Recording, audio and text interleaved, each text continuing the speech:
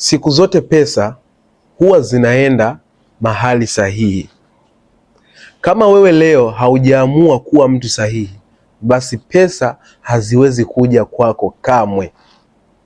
Kama wewe ni mtu ambaye unalala tu, lakini hautafuti namna ambavyo unaweza ukajiongezea kipato, basi pesa itaenda kwa watu ambao wapo serious na pesa.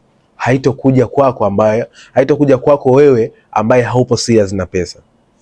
Sikiza nikwambie, utakapoamua leo kuanza biashara ambayo itakayoweza kukuingizia angalau faida kuanzia kipato cha 100,000, 200,000 kwa siku.